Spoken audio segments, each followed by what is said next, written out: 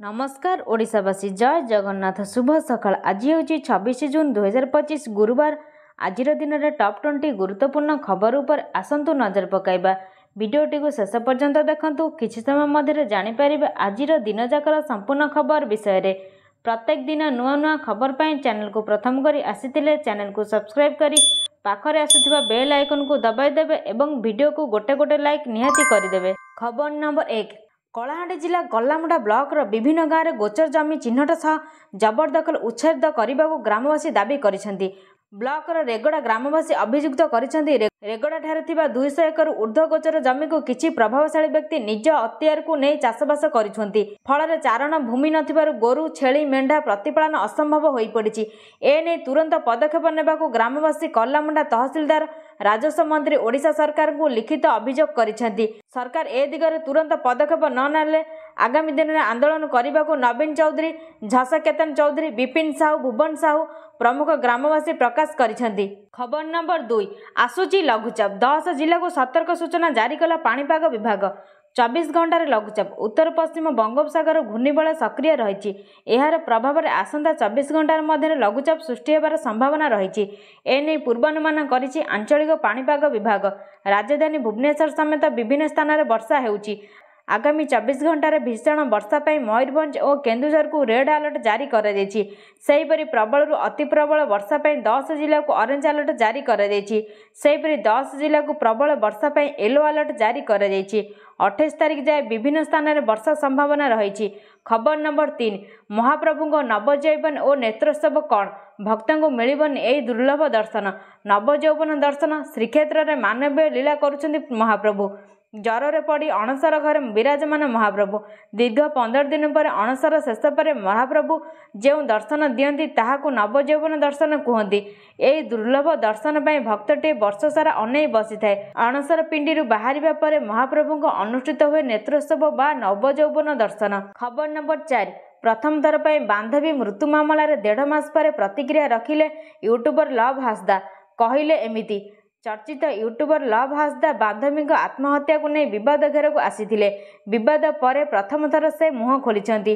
Social media रे video जारी करी से तांको प्रतिक्रिया रखिछंती। से कहिछंती धीरे धीरे सबु सत सामना को आसीबो। मु सोलमी को केबे निर्यातना देई नाही। से मो विषय सबु कथा जानिथिले। सबु सत धीरे धीरे सामना को आसीजिबो। लव आहुरी कहिछंती मो जीवन रे एमिति दिन आसीबो कि एपरी वीडियो करबा को पड़ियो बोली मु केबे भाबी ही नथिली। पुलिस को तदंत रे सहाय्य करूची। मु सलमी को केबे निर्यातना देई नाही। मु एमिति किछि करिनी जेउथि पे कहार जीवन चली जिवो। मु एते भी खराब नुहे। खबर नंबर 5। जुलाई 1 रु महंगा हेबो ट्रेन यात्रा। भारतीय रेलवे जुलाई 1 रु एहार यात्री भड़ा बढ़ाइबा को जाउची। वातानुकूलित अणवातानुकूलित मेल एक्सप्रेस एवं द्वितीय श्रेणी टिकेट भड़ा सामान्य वृद्धि पाइब बोली जड़े वरिष्ठ अधिकारी कहिसेंती। अणवातानुकूलित मेल एवं एक्सप्रेस भड़ा किलोमीटर प्रति 1 पैसा बढ़िबा को थिबा बेले एसी ट्रेन भड़ा 2 पैसा बढ़िबो। सब अर्बान ट्रेन एवं मासिक सीजन टिकेट क्षेत्र में भड़ार परिवर्तन हेबो नाही। खबर नंबर 6। 100 और 200 टंकिया नोट को नहीं आसिला बड़ खबर एमिति कहिला आरबीआई। भारतीय रिजर्व बैंक आरबीआई सेप्टेम्बर 30, 2025 सुधा देशर 75% एटीएम रु अति कम गोटे कैसेट रु 100 किंबा 200 टंका नोट बाहर करने को निर्देश देइथिला। यही लक्ष्य पूरण पाई आउ 3 मास रु अधिक समय बाकी थिबा बेले बैंक गुडिक एबे ही 73% एटीएम रे एही सुविधा जोगाई सारिछंती। सीएमएस इन्फो सिस्टम्स तथ्य अनुसार देशर मोट 2,15,000 एटीएम मध्य 73,000 एटीएम परिचालना करुवा यही संस्थार नेटवर्क डिसेम्बर 2024 रे 65% एटीएम कम मूल्यर नोट जोगाउथिबा बेले एबे एहा 73 को वृद्धि पाइछि। खबर नंबर 7। 2026 रे प्रथम थर पर पारिवारिक आय सर्वे करिवे भारत सरकार। भारत सरकार परिसंख्यान एवं कार्यक्रम कार्यान्वयन मंत्रणालय 2026 रे देशव्यापी प्रथम पारिवारिक आय सर्वे आयोजन करने को योजना करिछि। यही ऐतिहासिक उद्यम देश में आय बंटन कल्याण एवं प्रजुक्ति विद्या ग्रहणर प्रभाव आकलन करने महत्वपूर्ण तथ्य संग्रह करिब। जातीय नमूना सर्वे एनएसएस अधीन एही सर्वे भारत में पारिवारिक आय संपर्कित तथ्यर अभाव पूरण करने सह नीति निर्माण पर एक नुआ आधार प्रदान करिब। 1950 ଆରମ୍ଭ ହୋଇଥିବା NSS ବିଭିନ୍ନ ବିଷୟରେ ବାର୍ଷିକ ଓ ତ୍ରୈମାସିକ ସର୍ଭେ କରୁଛି, କିନ୍ତୁ ଏହା ପ୍ରଥମ ଥର ପାଇଁ ପାରିବାରିକ ଆୟ ଉପରେ ଏକ ସମ୍ପୂର୍ଣ୍ଣ ଜାତୀୟ ସର୍ଭେ ହେବ। ଖବର ନମ୍ବର 8, ଭାରତ ଇଂଲଣ୍ଡ ପ୍ରଥମ ଟେଷ୍ଟ ପରାଜୟରୁ ଗିଲ୍ ଯୁଗ ଆରମ୍ଭ। 5 ୱିକେଟରେ ଜିତିଲା ଇଂଲଣ୍ଡ। ହେଡିଂଲେ ଟେଷ୍ଟରେ ଇଂଲଣ୍ଡ ଭାରତକୁ 5 ୱିକେଟରେ ହରାଇ ଦେଇଛି। ଏହା ସହିତ 5 ମ୍ୟାଚ୍ ବିଶିଷ୍ଟ ଟେଷ୍ଟ ସିରିଜରେ 1-0 ଆଗୁଆ ହୋଇଯାଇଛି ଇଂଲଣ୍ଡ। ଏହି ମ୍ୟାଚ୍ରେ ବିଜୟ ପାଇଁ ଇଂଲଣ୍ଡ ଆଗରେ 371 ରନ୍ର ଲକ୍ଷ୍ୟ ରଖିଥିଲା ଭାରତ। ଏହି ଲକ୍ଷ୍ୟକୁ ଇଂଲଣ୍ଡ 5 ୱିକେଟ ହରାଇ ହାସଲ କରିନେଇଥିଲା। ଇଂଲଣ୍ଡ ପକ୍ଷରୁ ବେନ୍ ଡକେଟ୍ 149 ରନ୍ର ମ୍ୟାଚ୍ ବିଜୟୀ ଇନିଂସ ଖେଳିଥିଲେ। ଖବର ନମ୍ବର 9, ଲଞ୍ଚ ହେଲା ଆକ୍ସିଅମ୍ 4 ମିଶନ। ISS ଯାତ୍ରାରେ ଶୁଭ୍ରାଂଶୁଙ୍କ ସମେତ 4 ମହାକାଶଚାରୀ। ଲଞ୍ଚ ହେଲା ବହୁ ପ୍ରତୀକ୍ଷିତ ଆକ୍ସିଅମ୍ 4 ମିଶନ। ଆଜି ଭାରତୀୟ ସମୟ ଦିନ 12:01ରେ ଲଞ୍ଚ ହୋଇଛି ଆକ୍ସିଅମ୍ 4 ମିଶନ। ଆମେରିକାର ଫ୍ଲୋରିଡାର କେନେଡି ସ୍ପେସ୍ ସେଣ୍ଟରର ଲଞ୍ଚ କମ୍ପ୍ଲେକ୍ସ 39Aରୁ ଉତ୍କ୍ଷେପଣ ହୋଇଛି ସ୍ପେସ୍ ଏକ୍ସର ଶକ୍ତିଶାଳୀ ଫାଲ୍କନ୍ 9 ରକେଟ୍। ଡ୍ରାଗନ୍ ସ୍ପେସ୍ କ୍ୟାପସୁଲରେ ସ୍ପେସ୍ ଷ୍ଟେସନକୁ ଯାଇଛନ୍ତି 4 ମହାକାଶଚାରୀ। ଏହି ମିଶନ ସହିତ ଇତିହାସ ରଚିଛନ୍ତି ଭାରତୀୟ ମହାକାଶଚାରୀ Shubhanshu Shukla. Group captain Shubhanshu Shukla Axiom 4ର ମିଶନ ପାଇଲଟ ଭାବେ ଆନ୍ତର୍ଜାତୀୟ ମହାକାଶ କେନ୍ଦ୍ରକୁ ଯାଇଛନ୍ତି ଶୁଭ୍ରାଂଶୁ ଶୁକ୍ଲା। 41 ବର୍ଷ ପରେ ମହାକାଶରେ ଭାରତକୁ ପ୍ରତିନିଧିତ୍ୱ କରିଛନ୍ତି ଶୁଭ୍ରାଂଶୁ। ପ୍ରଥମ ଭାରତୀୟ ଭାବେ ଇଣ୍ଟରନ୍ୟାସନାଲ ସ୍ପେସ୍ ଷ୍ଟେସନକୁ ଯାଇଛନ୍ତି। ଖବର ନମ୍ବର 10, ଘରୋଇ ପାଇକାରୀ ବଜାରକୁ ପ୍ରୋତ୍ସାହନ। ବଜାରରେ ଲାଗିବ ଦର ତାଲିକା, ବଢ଼ିବ ମହିଳାଙ୍କ ଭାଗିଦାରୀ। ଏଣିକି ଘରୋଇ ପାଇକାରୀ ବଜାର ପ୍ରାଇଭେଟ୍ ହୋଲସେଲ୍ ମାର୍କେଟକୁ ମିଳିବ ପ୍ରୋତ୍ସାହନ। ଏହି ବଜାର ପୂର୍ବରୁ ଥିବା ନିୟନ୍ତ୍ରିତ ବଜାରରେ ସ୍ଥାନ ପାଇନଥିବା ବ୍ୟବସାୟୀ ଓ ଚାଷୀଙ୍କୁ ବେପାର ପାଇଁ ସ୍ଥାନ ଯୋଗାଇ ଦେବ। ଉତ୍ପାଦକ, କ୍ରେତା ଓ ବ୍ୟବସାୟୀଙ୍କ ମଧ୍ୟରେ ସମ୍ପର୍କ ମଜବୁତ କରିବା ପାଇଁ କେନ୍ଦ୍ରସ୍ଥଳ ପାଲଟିବ। ବଜାରର ବର୍ଦ୍ଧିତ ପ୍ରତିଯୋଗିତା ଚାଷୀଙ୍କୁ ସୁହାଇବ। ଏହା ମଧ୍ୟ ରୂପାନ୍ତରକାରୀଙ୍କ ସମେତ ଖୁଚୁରା ବ୍ୟବସାୟୀଙ୍କୁ ସହାୟକ ହେବ। ଦର ତାଲିକା ବଜାରରେ ଲାଗିବ। ଜାତୀୟ ଉଦ୍ୟାନ ମିଶନର ବିଭିନ୍ନ ଯୋଜନା ସ୍କିମ୍ରେ ଏହି ସହାୟତା ଯୋଗାଇ ଦିଆଯିବ। ଖବର ନମ୍ବର 11, ରାଜ୍ୟରେ ବଢ଼ିବ ଦୁଗ୍ଧ ଓ ଅଣ୍ଡା ଉତ୍ପାଦନ। ଆଗାମୀ 10 ବର୍ଷରେ 2 ଗୁଣା ଦୁଗ୍ଧ ଓ 3 ଗୁଣା ଅଣ୍ଡା ଉତ୍ପାଦନ ହେବ। ଏମିତି ଲକ୍ଷ୍ୟ ରଖି କାର୍ଯ୍ୟ ଆରମ୍ଭ କରିଛନ୍ତି ରାଜ୍ୟ ସରକାର। ଉନ୍ନତ ତଥା ସଂକର ପ୍ରଜାତିର ଗୋରୁ ପାଇଁ ବାହାର ରାଜ୍ୟ ଉପରେ ଓଡ଼ିଶା ନିର୍ଭର କରିବନି। ପ୍ରଜନନ କ୍ଷମତା ହରାଇଥିବା ଗାଈ କିମ୍ବା ମଇଁଷିମାନେ ମଧ୍ୟ ଛୁଆ ଜନ୍ମ କରିପାରିବେ। ଏଥିପାଇଁ ଖୁବ୍ ଶୀଘ୍ର ରାଜ୍ୟରେ ମଣିଷଙ୍କ ଭଳି ଗୋରୁଙ୍କ କ୍ଷେତ୍ରରେ ଇନୋଭିଟ୍ରୋ ଫର୍ଟିଲାଇଜେସନ୍ IVF ପ୍ରଣାଳୀ ପ୍ରୟୋଗ କରାଯିବ। ଏଥିପାଇଁ ଅତ୍ୟାଧୁନିକ ପ୍ରୟୋଗଶାଳା ପ୍ରତିଷ୍ଠା ହେବ। IVF ମାଧ୍ୟମରେ ଗାଈ ମଇଁଷିମାନେ ଉନ୍ନତମାନର ବାଛୁରୀ ଜନ୍ମ ଦେବେ। ବର୍ତ୍ତମାନ ରାଜ୍ୟରେ ଦିନକୁ 70 ଲକ୍ଷ ଲିଟର ଦୁଗ୍ଧ ଉତ୍ପାଦନ ହେଉଛି। 5 ବର୍ଷ ମଧ୍ୟରେ ଦିନକୁ 80 ଲକ୍ଷ ଲିଟର, 2026 ସୁଦ୍ଧା 165 ଲକ୍ଷ ଲିଟର ଦୁଗ୍ଧ ଉତ୍ପାଦନ ପାଇଁ ଲକ୍ଷ୍ୟ ରହିଛି। ଖବର ନମ୍ବର 12, ବର୍ଷକୁ 2 ଥର ହେବ CBSE ଦଶମ ପରୀକ୍ଷା। ପ୍ରଥମ ପରୀକ୍ଷା ବାଧ୍ୟତାମୂଳକ ଓ ଦ୍ୱିତୀୟ ଇଚ୍ଛାଧୀନ। ଦଶମ ପରୀକ୍ଷାକୁ ନେଇ CBSEର ବଡ଼ ନିଷ୍ପତ୍ତି। 2026ରୁ 2ଟି ପର୍ଯ୍ୟାୟରେ ହେବ ବୋର୍ଡ ପରୀକ୍ଷା। CBSE ବୋର୍ଡ ମାନଦଣ୍ଡକୁ ଦେଲା ମଞ୍ଜୁରୀ। ବର୍ଷକୁ 2 ଥର ହେବ CBSE ଦଶମ ପରୀକ୍ଷା। ପ୍ରଥମ ପର୍ଯ୍ୟାୟ ପରୀକ୍ଷା ଫେବୃଆରୀରେ ହେବ। ଏହାପରେ ମେ ମାସରେ ହେବ ଦ୍ୱିତୀୟ ପର୍ଯ୍ୟାୟ ପରୀକ୍ଷା। ପିଲାଙ୍କ ମୁଣ୍ଡରୁ ଚାପ ହ୍ରାସ କରିବାକୁ ବୋର୍ଡ ଏହି ପଦକ୍ଷେପ ନେଇଛି। ପ୍ରଥମ ପର୍ଯ୍ୟାୟ ପରୀକ୍ଷା ଦେବା ଅନିବାର୍ଯ୍ୟ। ମାର୍କ କମ୍ ରହିଲେ ଦ୍ୱିତୀୟ ପର୍ଯ୍ୟାୟ ପରୀକ୍ଷାରେ ସୁଧାରି ପାରିବେ। ଯେଉଁ ପରୀକ୍ଷାରେ ଅଧିକ ମାର୍କ ରହିବ ତାକୁ ଗ୍ରହଣ କରାଯିବ। ଖବର ନମ୍ବର 13, ଆଉ 5 ଦିନ ବାକି। ଜୁଲାଇ 1ରେ ବଦଳିବ 5ଟି ବଡ଼ ନିୟମ। ପକେଟରେ ହେବେ ଭାରୀ। ମାସ ଆରମ୍ଭ ହେବା ପୂର୍ବରୁ କିଛି ନିୟମ ପରିବର୍ତ୍ତନ ହୁଏ ଏବଂ ଏହା ଲୋକଙ୍କ ପକେଟକୁ ମଧ୍ୟ ପ୍ରଭାବିତ କରିପାରେ। ଜୁଲାଇ ମାସରେ ବଡ଼ ପରିବର୍ତ୍ତନ ହେବାକୁ ଯାଉଛି, ଯେଉଁଥିରେ ପ୍ୟାନ୍ କାର୍ଡ଼, ଆଧାର, କ୍ରେଡିଟ୍ କାର୍ଡ଼, ରେଳ ଟିକେଟ ବୁକିଂ ଭଳି ଅନେକ ନିୟମରେ ପରିବର୍ତ୍ତନ ହୋଇପାରେ। ଆସନ୍ତୁ ଜାଣିବା ଜୁଲାଇ 1ରୁ କେଉଁ 5ଟି ବଡ଼ ପରିବର୍ତ୍ତନ ହୋଇପାରେ। ଜୁଲାଇ 1ରୁ ଆରମ୍ଭ ହୋଇଥିବା ନୂତନ ନିୟମରେ ପାନ୍ ସହିତ ଜଡ଼ିତ ପରିବର୍ତ୍ତନ ମଧ୍ୟ ଅନ୍ତର୍ଭୁକ୍ତ। ପାନ୍ କାର୍ଡ଼ ଆବେଦନ କରିବା ପାଇଁ ଆଧାର କାର୍ଡ଼କୁ ବାଧ୍ୟତାମୂଳକ କରାଯିବ। Indian railway catering and tourism corporation IRCTC ଅନୁଯାୟୀ ତତ୍କାଳ ଟିକେଟ୍ ବୁକ୍ କରିବା ପାଇଁ OTP ପ୍ରମାଣୀକରଣ ଆବଶ୍ୟକ। HDFC ବ୍ୟାଙ୍କ କ୍ରେଡିଟ୍ କାର୍ଡ଼ ନିୟମ ପରିବର୍ତ୍ତନ କରିବ।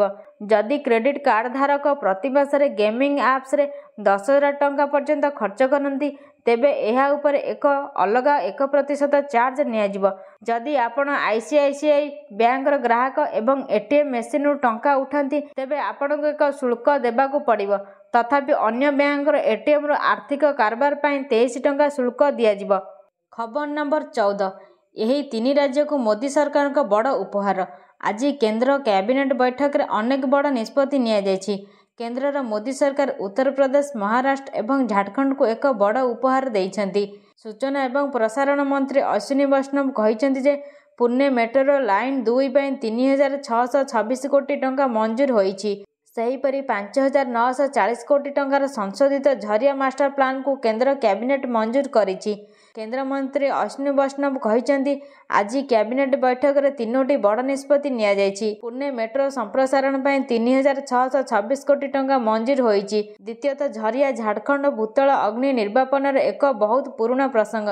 ଏଥିପାଇଁ 5,940 କୋଟି ଟଙ୍କାର ଏକ ସଂଶୋଧିତ ମାଷ୍ଟର ପ୍ଲାନ୍କୁ ମଞ୍ଜୁର କରାଯାଇଛି। ତୃତୀୟତଃ, ଆଗ୍ରାରେ 111 କୋଟି ଟଙ୍କା ବ୍ୟୟରେ ଏକ ଅନ୍ତର୍ଜାତୀୟ ଆଳୁ କେନ୍ଦ୍ର ପ୍ରତିଷ୍ଠା କରାଯିବ। ଖବର ନମ୍ବର 15। ପୁଣି ଶସ୍ତା ହେଲା ସୁନା ଓ ରୂପା ମୂଲ୍ୟ, ଜାଣନ୍ତୁ ଆଜିର ବଜାର ଦର। ସୁନା ଏବଂ ରୂପା ଦରରେ ବୁଧବାରରେ ହ୍ରାସ ଦେଖିବାକୁ ମିଳିଛି।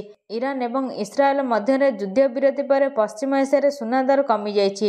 24 କ୍ୟାରେଟ୍ ସୁନା ଦର 10 ଗ୍ରାମ ପିଛା 99,200 ଟଙ୍କାରେ ବିକ୍ରି ହେଉଛି। ଗତକାଲି ଏହାର ମୂଲ୍ୟ 1,680,000 ଟଙ୍କା ଥିଲା। ଏଥିସହ 22 କ୍ୟାରେଟ୍ ସୁନାର ଦର 90,940 ଟଙ୍କାରେ ବିକ୍ରି ହେଉଛି। ସେହିପରି 18 କ୍ୟାରେଟ୍ ସୁନା ଦର 10 ଗ୍ରାମ ପିଛା 74,410 ଟଙ୍କାରେ ବିକ୍ରି ହେଉଛି। ଖବର ନମ୍ବର 16। ହାତ ମିଶାଇଲେ ଅମ୍ବାନୀ ଆଦାନୀ, ଭାରତରେ ଇନ୍ଧନ ଉପଲବ୍ଧତା ବିସ୍ତାର ପାଇଁ ଐତିହାସିକ ପଦକ୍ଷେପ। ଭାରତରେ ଇନ୍ଧନ ଖୁଚୁରା ବ୍ୟବସାୟକୁ ନୂତନ ଉଚ୍ଚତାକୁ ଲାଗି Adani total gas limited (ATGL) ଏବଂ ରିଲାଏନ୍ସ BP ମୋବିଲିଟି ଲିମିଟେଡ୍ର ବ୍ରାଣ୍ଡ ମଧ୍ୟରେ ଏକ ଗୁରୁତ୍ୱପୂର୍ଣ୍ଣ ସହଭାଗିତା ଚୁକ୍ତି ସ୍ଥିର ହୋଇଛି। ଏହି ରଣନୈତିକ ସହଯୋଗ ମାଧ୍ୟମରେ ଉଭୟ କମ୍ପାନୀ ନିଜ ନିଜର ଇନ୍ଧନ ପ୍ରକାରକୁ ପରସ୍ପରର ଆଉଟଲେଟ୍ରେ ଉପଲବ୍ଧ କରାଇ ଗ୍ରାହକମାନଙ୍କ ପାଇଁ ଉନ୍ନତ ମାନର ଇନ୍ଧନ ସୁବିଧା ଯୋଗାଇବେ। ଏହା ଭାରତରେ ଇନ୍ଧନ ଉପଲବ୍ଧତା ଏବଂ ଗୁଣବତ୍ତାକୁ ବୃଦ୍ଧି କରିବାରେ ଏକ ମାଇଲଖୁଣ୍ଟ ସାବ୍ୟସ୍ତ ହେବ ବୋଲି ଆଶା କରାଯାଉଛି। ଖବର ନମ୍ବର 17। ଆପଣ ଗ୍ରାଜୁଏସନ୍ କରିଛନ୍ତି କି? SBIରେ ଅଫିସର ହେବାର ସୁବର୍ଣ୍ଣ ସୁଯୋଗ ଆପଣଙ୍କ ପାଇଁ। ଆପଣ ଯଦି କୌଣସି ବ୍ୟାଙ୍କିଂ ସେକ୍ଟରରେ କ୍ୟାରିୟର କରିବା ଲକ୍ଷ୍ୟରେ ଅଛନ୍ତି, ତେବେ ଏହି ଖବର ଆପଣଙ୍କ ପାଇଁ। State bank of India SBI ଆପଣଙ୍କ ପାଇଁ ଏହି ସୁଯୋଗ ନେଇ ଆସିଛି।